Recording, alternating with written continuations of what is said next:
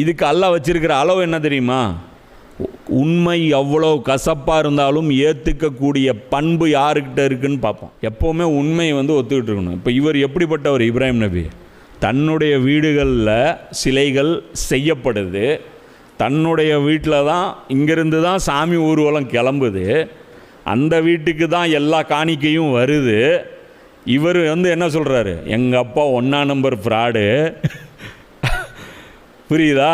நாங்கள் தான் அந்த சிலைகளை செஞ்சோம், அந்த சிலைகள் கொஞ்ச நேரத்துக்கு முன்னாடி மண்ணாவோ கல்லாவோ இருந்துச்சு, அதுக்கப்புறம் நாங்கள் ஒரு ஷேப்பு கொடுத்தோம், நாங்கள் விரும்புகிற டிசைனில் தான் அதுக்கு 2 கையா 4 கையா 8 கையா 10 கையான்னு நாங்கள் தான் முடிவு பண்ணுறோம்.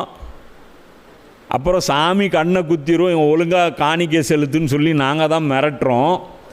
இதை ஒத்துக்கிறதுக்கு எவ்வளோ கட்ஸ் வேணும்? உண்மை ஒத்துக்கிறதுனா எப்படின்னா, நீங்கள் ரொம்ப நல்லவர், உண்மையை தான் சொல்கிறீங்க,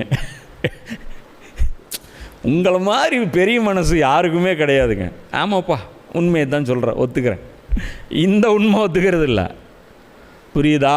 பாத்தில்னா ஆமாம் பாத்திலில் தான் இருந்தேன் அப்படின்னு அந்த கட்ஸு இருந்தால் மட்டும்தான். அதே